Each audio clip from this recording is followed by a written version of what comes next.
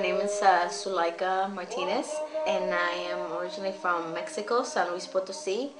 I'm the daughter of 13 children. I'm the baby.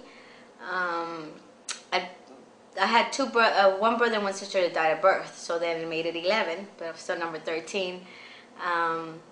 All my brothers and sisters, we're all come from a background of being Catholics, and in the Catholic religion, the culture's mixed with the religion.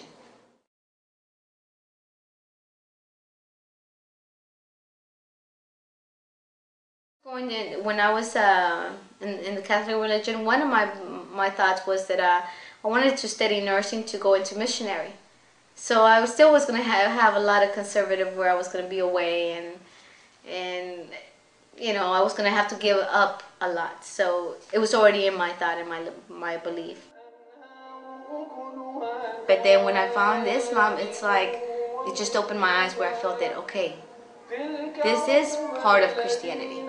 It makes sense where there were parts of the Bible that I just, I would wonder, and I would ask my priest, I would ask him, what does this mean? I don't understand, They would tell me, don't question it.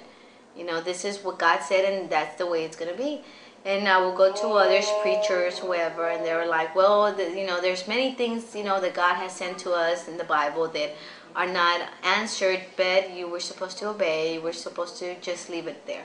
But then when the Quran came, it just filled that gap. That's what it did. And even when I became a Muslim, at first my brothers were a little kind of nervous because of course they were like, oh, you're gonna marry this guy, he's gonna beat you, blah blah. But then they came to find out it wasn't like that. That I wasn't in the religion because of a man. I wasn't in a religion because I was not happy with with my beliefs or my culture, but because I felt they realized that this was between God and I.